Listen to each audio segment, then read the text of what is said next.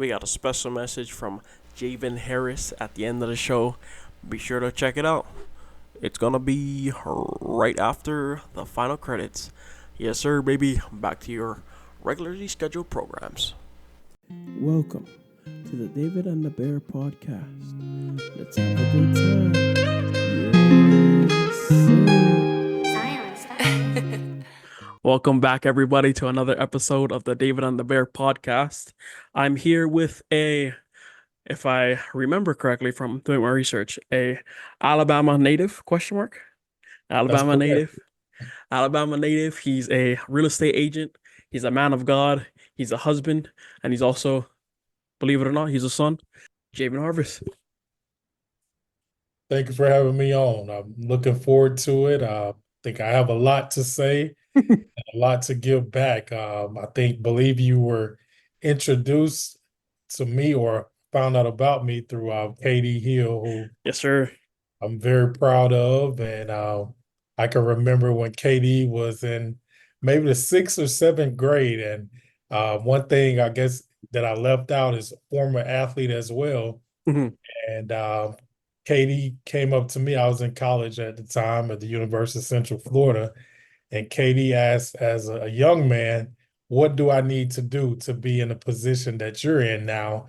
And, play college sports and receive a full ride athletic scholarship. And as you know, he definitely surpassed that.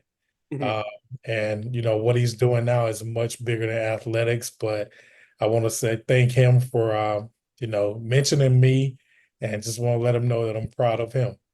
Yes, sir. Shout out to KD. He's if y'all haven't listened to that episode, it was a very, very great episode. And he does, from what I've seen, he does amazing work in the community, from anything from talking to the kids to actually being involved with them. So yeah. So the real question before we begin all the questions is, where you want to start? You want to start on the high? You want to start on the low? You want to start in the middle? We can start on the high. Okay. For Sheldon, what are you proudest of in your life? I'm proudest of being able to pivot from athletics and be successful and in the workforce. Just I grew up, I was always involved in sports, whether Mhm. it's baseball, football, basketball, and that was life. That and also church every Sunday, Sunday school and church. My parents made that a priority, as well as academics. If I didn't get my academics, I wasn't playing any Mhm. sport. So they made that a priority. But, went on to college, and after college, a lot of athletes struggle with, what to do next when, maybe you don't make the next level or play Mhm. professionally, and that's been your life. So being able to pivot and, go into tech and, I also do tech sales as well as real estate, but being able to pivot and be successful there, and find my way using things such as, you know, um, things from athletics, like, you can have a bad play or a bad game, but not Mhm. letting it affect you to move on to the next things, and the grit and, the hard work from there, and applying it to my job now. I'm really proud of that. Most importantly, man, I'm proud to be a husband. That was one of my goals, one of the things that I always prayed for. So being a husband, and following God and leading my wife, and that's one of the things that I'm most proud We expecting any kids on the way? of. That's funny. So I don't know when this podcast will be released, but actually, my wife is about 3 months pregnant now. Oh, So okay. we are expecting our first child, man, and I'm sure my outlook on life, I've heard, will change after Mhm. I'm seeing birth being given and all those cool things. But I'm looking forward to it. It wasn't something that was planned. So initially it's like shock the first 2 days, but as it approaches, I'm getting more excited, and we're looking forward to being parents and seeing what's next and next chapter in our life. But man, I'm definitely excited. You like that? Well, and early congratulations to y'all both. Thank you. I appreciate it. So kind of dipping down into that low area. What do you feel like is one of your biggest challenges in life? I think my biggest challenges in life is I always want to, I'm definitely a giver, so I always Mm, want to give others, but some advice I'll give you and anyone that's out there listening is if you are a giver, just be careful because the takers have no limits. And mm, someone sent me a post or a quote that said that the other day, and I said that's so true, but it's always like, what more can I do? mm, And my wife would tell you, and my family would tell you, at times I think it's a challenge for me to celebrate myself mm. because I always want to, help others and give back any way I can. But it's a challenge for me to just, relax, sit back and enjoy what I've accomplished as well as, what I'm going to accomplish. I just get a lot of times the challenge is getting caught up, helping others or trying to make sure others are okay. So I know you had mentioned earlier about playing ball at the collegiate level and growing up playing sports and also growing up in the church and whatnot. Throughout that time, what do you think is the most important lesson you learned?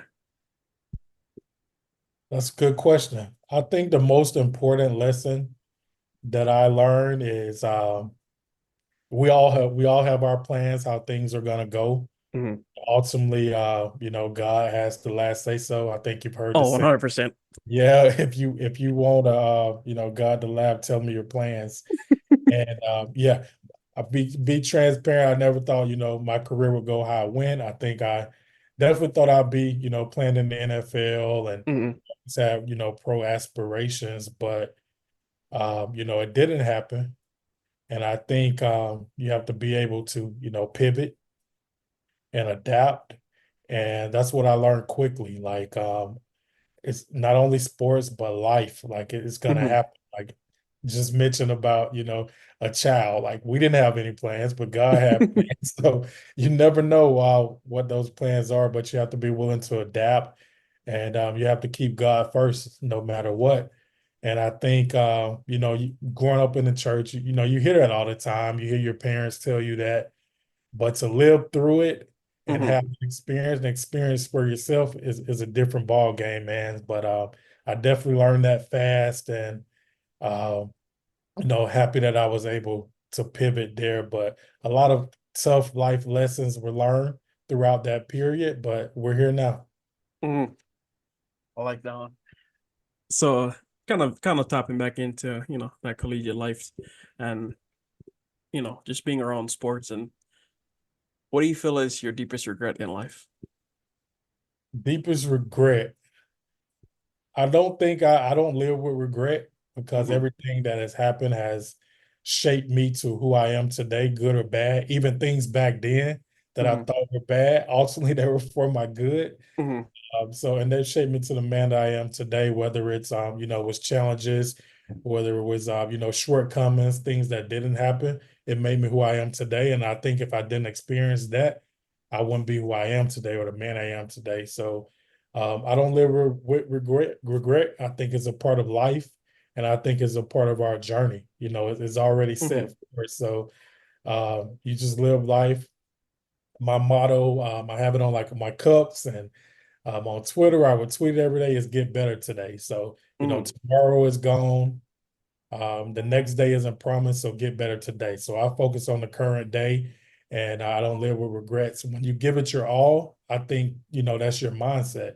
If you Mhm. approach every day giving it your all, whether it's work, whether it's family, school, wherever you are in life, when you give it your all, I don't think it's any regrets there, even in failure. Because if I gave it my all, I can go to bed at night, I can sleep peacefully because I gave it my all. Mhm. I like that one. So kind of flipping back over to the positive side. What are you passionate about? Man, I'm passionate about the youth. That's always been my thing. I'm passionate about them. They're the future. I know how easy it is. I mean, you can grow up in a great home or Mhm. and you get lost in the crowd or, become a follower. Or even so, even the youth that, might not have that positive influence in their life, trying to speak to them. That's one of my prayers, man, is always for God to help me use my voice to impact them, Hmm. to you know, just being a blessing to them. I'm really passionate about the youth. I think sometimes they're you know, we're all judged, but Yeah. sometimes they just need someone to be there with them, to provide guidance, and also to be, you know, a positive influence, to be that light. Um, I'm big on, I feel like you can't, it's hard to be something if you don't see it. Hmm. You see a positive, you know, male role model, or, you know, I don't know, whatever you want, a positive athlete, or, you know, if you want to be an architect, or if you see someone that's doing it and you can model them, I think, you know, is you're more so to stay on the right path. So I'm very passionate about the youth. So where do you think that that passion for the youth came from? Man, it came as a kid. I think even being like, you know, youth director, or Hmm. speaking to kids, I've, you know, done that my whole life. And just seeing just my environment, seeing, you know, people that didn't make it as far, or, you know, they might be locked up in prison now, and society might label them as bad people, but Hmm. the people I grew up with, great heart, you know, made a wrong decision. And you know, one this wrong decision can change the your life. So just being seeing that, my surroundings, and showing, hey, maybe if this person had you know, a mentor in their life, or a positive word from a person that they trusted or looked up to, that's where my passion comes from. Hmm. You know, I want to see, I hate to see them, you know, whether it's, I'm in Birmingham, so whether it's the youth being killed or gun violence, I just want Hmm. to, you know, be a positive voice and help them out, man. Like that one. So, you know, you being married and all that kind of stuff, and also going through sports in college and growing up with that, meeting a lot of people, becoming friends with some people, becoming acquainted with some people. What do you think are the most important qualities of a friend? I think the most important quality of a friend is trust. I'm big on trust, also big on transparency. Mm. I think transparency is big for me, man, because we're all going to go through things. And I know Hmm. sometimes people, you know, they like to keep it to themselves. But as a friend, to me, that means when you're at your lowest or when you're at your highest, I'm going to be there for you. So being Hmm. transparent is always key to me. And that's when a friend steps up. The Bible said a friend is closer than a brother. So, Hmm. you know, just sticking together and being there for each other, as well as I think being committed to the friendship and, you know, relationships as well. Just, you know, everything is not always peaches and creams. It's gonna Yeah. be ups and downs, but being committed, knowing that, hey, we're gonna be here for each other no matter what.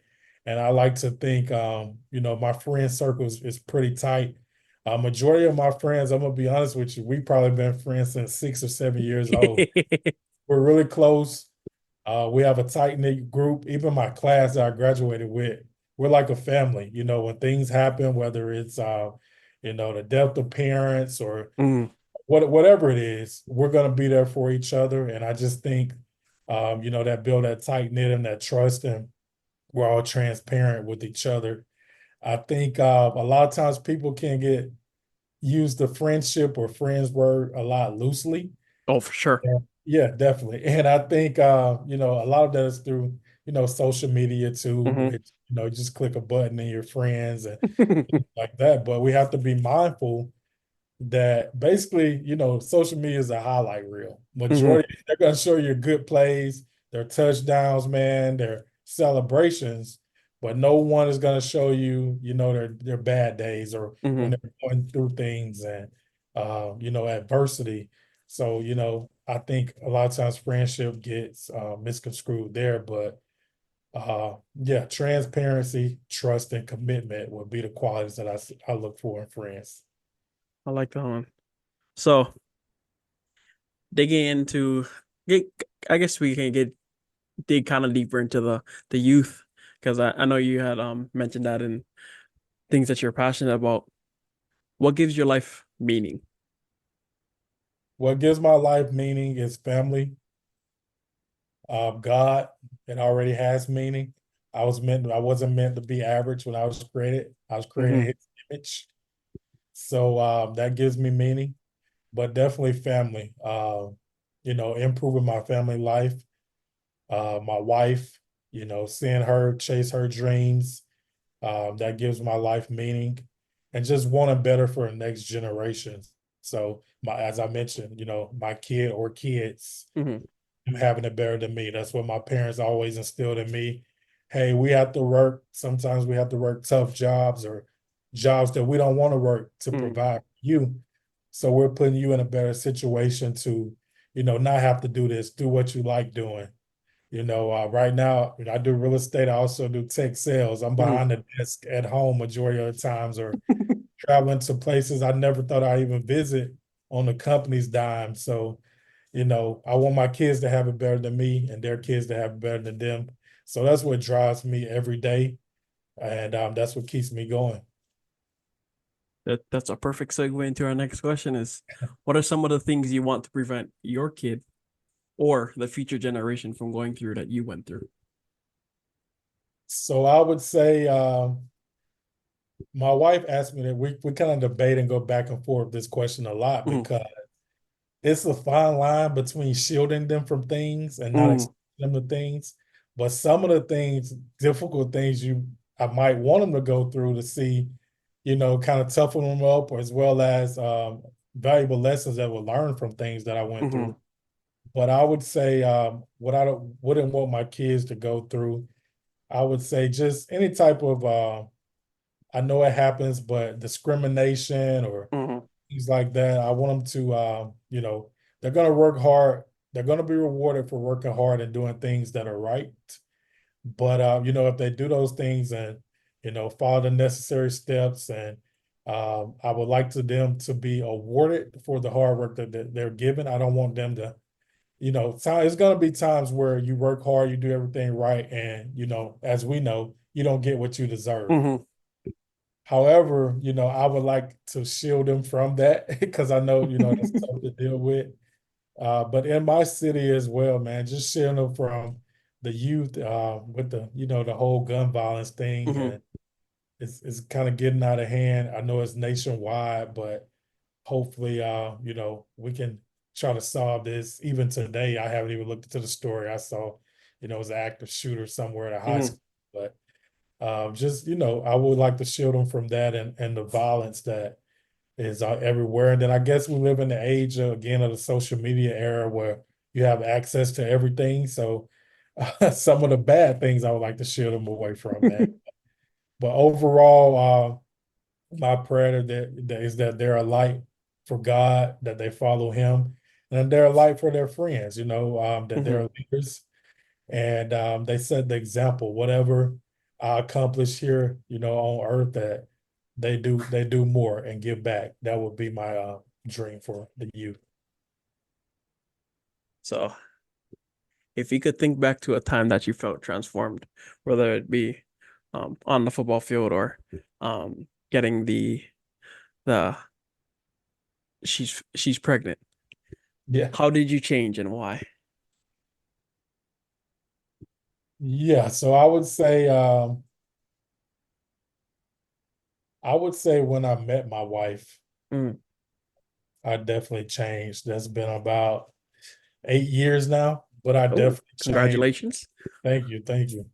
But I definitely changed just living the life of an athlete or former athlete, different things come with that. Hmm. Being able to settle down, focus on her, and marriage is a beautiful thing, and build with her, being able to build with her. So I would say when I met her, I definitely changed.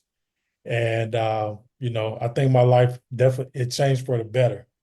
So not only became about me, it became about us. So Hmm. what we want to accomplish in life, and what we want out of life, whether it's land, house, kids, relationship with God.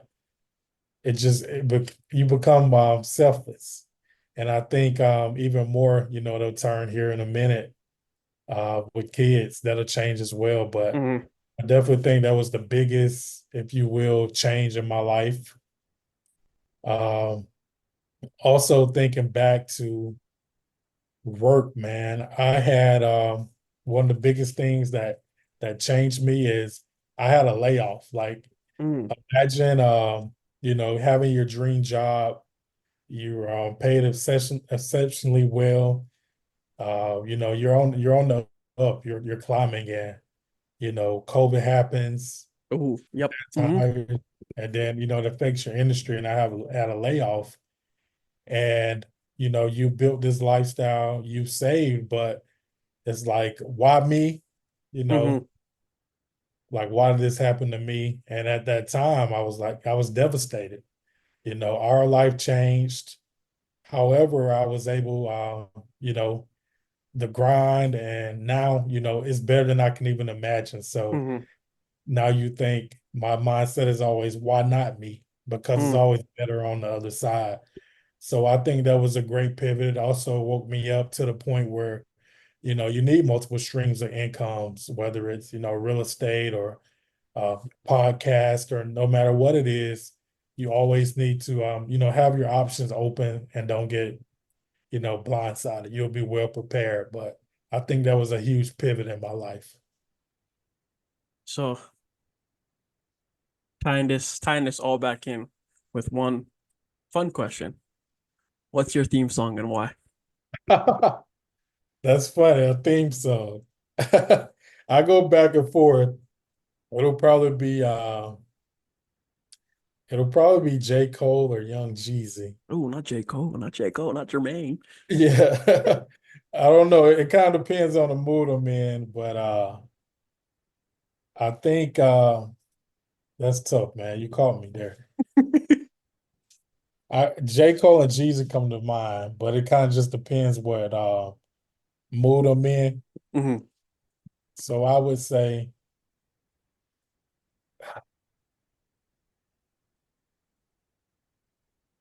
I think Jeezy everything. That's kind of like my Mm, theme song. I used to have nothing, but I got a whole lot of everything. And the whole world's gonna know my name. And that's my goal. The whole world's gonna know my hmm. name. And hopefully, it's definitely be for something positive and impacting the youth. And that's my goal, and being a light for God. So that's kind of when I close a big deal at work, that's normally the song I play. So as I do for all the guests on that I have on the podcast, gonna open up the floor to you to pose back any question to me or to the listeners of the podcast. Yeah, definitely. I would say what drives you, and what is your end goal if you have one for your podcast? I think you're doing a great thing, with this podcast, having the courage to do it and getting started. I actually went back, and only video I watched was your first video, and I remember Ooh. one thing that stuck out. One thing that really stuck out to me, man, and it touched me. You said, I'm going to be on here even if anyone doesn't join. Hmm. And I think that's the mindset you got to have in life, man. If it's something that you're passionate about, if this is your calling, do it. No matter if it's one person or 1 million, Hmm. continue to do it because this is what you were called to do. So that really affected me and impacted me. I'm like, hey, I really like this. So, what is your end goal if you have one with the podcast, and what drives you? I guess kind of tapping into the drive. The drive for the podcast came from actually one of my friends. She was like, "Oh, you have a great story. You should tell it." I don't know if anybody's gonna listen to me. I was like, why would anybody listen to me? So, and then after actually like working out the first like couple of episodes and then getting my first guest on and then getting my second one, I kind of realized that it was like it's less of a thing of like your why should we be scared to tell our stories? It's ours anyway. So we have the right to tell it. And and it reminded me of a time that I had to speak in front of the a group of kids. When I flew back to Hawaii, which is where I'm from, Okay. and the pastor there had asked me to speak, and I didn't really know what I was going to speak on, and I had ended up coming up with a little short sermon, and the title of the sermon was "Your Testimony is Not for You," and just kind of digging into that was like, yeah, you might have gone through things, yeah, you may have done this, but you're going through things not for you. You're going through things so that other people can look at you and be like, okay, that's what I need to do, or okay, that's not what I need to do. Maybe I can do something else. Either way, you're what I come to realize is that a lot of people are listening to hear, and some of them are listening to pay attention and understand. And I think that's kind of where it is, where it's like you don't know who's gonna touch who, and you don't know what's gonna touch what, but somebody's gonna get affected by something. And not to sound like it's a blind faith, but I feel like that's truly what it is, where God's gonna use it because he can and he wants to. So that's kind of where my mindset and my drive is with the podcast. And to answer the second question of um my end goal, I really don't have an end goal. I just was like, I'm just gonna start a podcast, start speaking and start having people on. Originally, I wasn't even gonna have anybody on anyway, and then I was like, I think maybe I should get other people involved. And I feel like if I had to pick an end goal, would probably be to just grow and continue to grow, and eventually get big CEOs of companies on the podcast and whatnot. Not to be like, oh yeah, I had him on the podcast, but more of like a, I had him on the podcast and it was actually fruitful, and we actually had deep, meaningful conversation, not just um corporate garbage, Yeah. if I that makes love sense. it does make sense. I love it. And I'll be praying for you and wish you much success. And I definitely think you'll achieve that, and happy to help you any way I can if it's, someone that you want to have on or get on. More than Oh happy. no, you let me know. You let me know, and I'll bring them on. I'll bring them on. Yeah, yeah. It's good to see to hear their stories, people Mhm, that are at that level. And when they can be transparent and kind of show mhm, you how they got there. And it's always amazing because again, you see the highlight and where they are now, mhm. but a lot of obstacles and mishaps along that journey is definitely not a straight path. And I appreciate you for the invite to the podcast, and Yeah. definitely understand about sharing your testimony. It's definitely not for you. I remember as when I was younger, I would think, I'm going to keep it to myself. But Mhm, as I get older, and the goodness of God and what He's done for me is no way that I can hold it in. mhm. So I love to share it, and anytime I can, I'm more than happy to.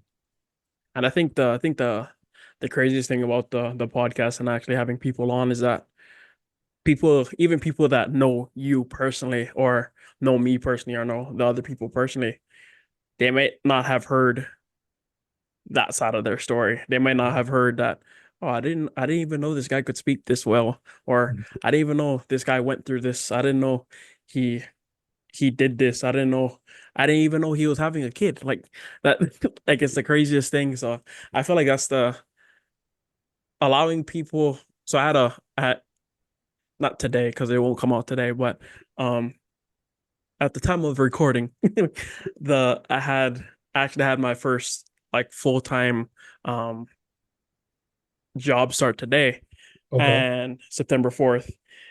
And Congratulations. yeah, and one of the things was one of the things they had asked me was like what I like to do on my free time.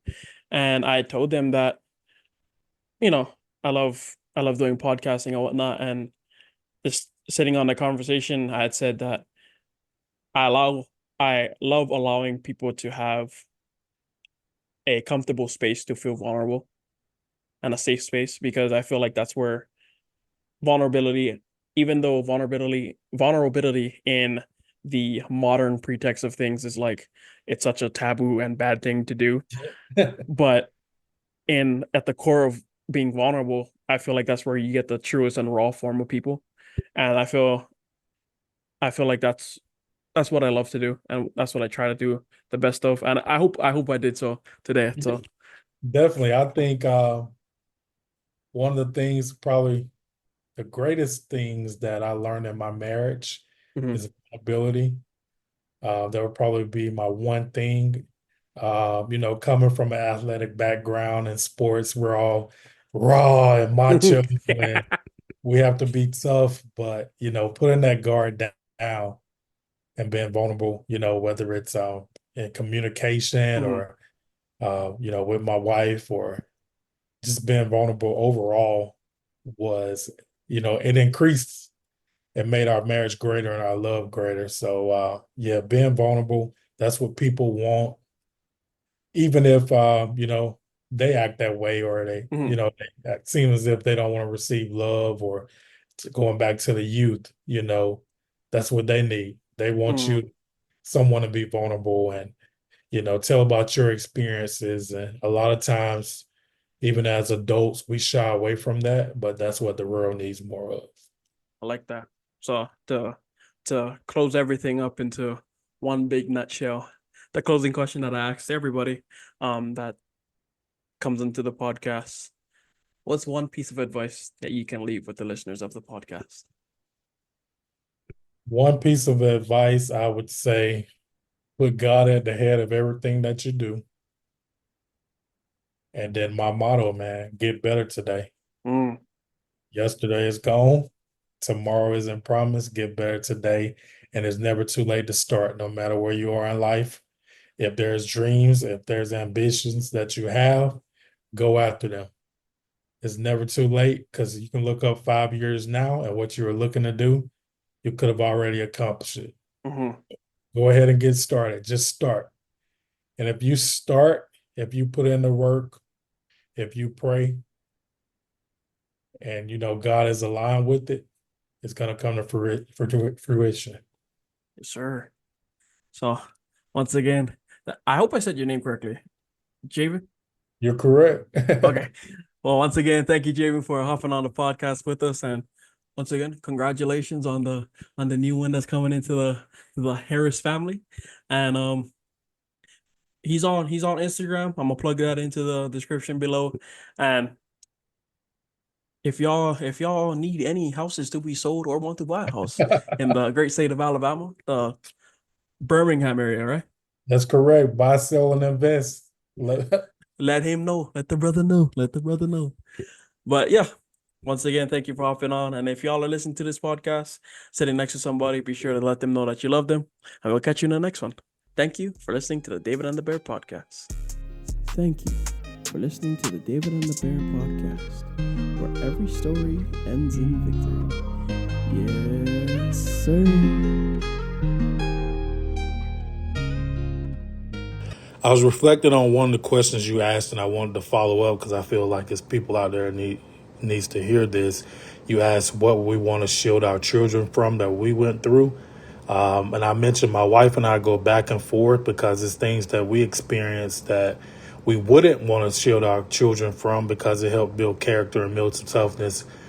But one of the things I want to shield my children from is the stigma that receiving mental help or therapy is for the weak. It's definitely not for the weak. It's just like any other muscle or physical injury. If you were to break a leg, people wouldn't tell you get up and walk it off.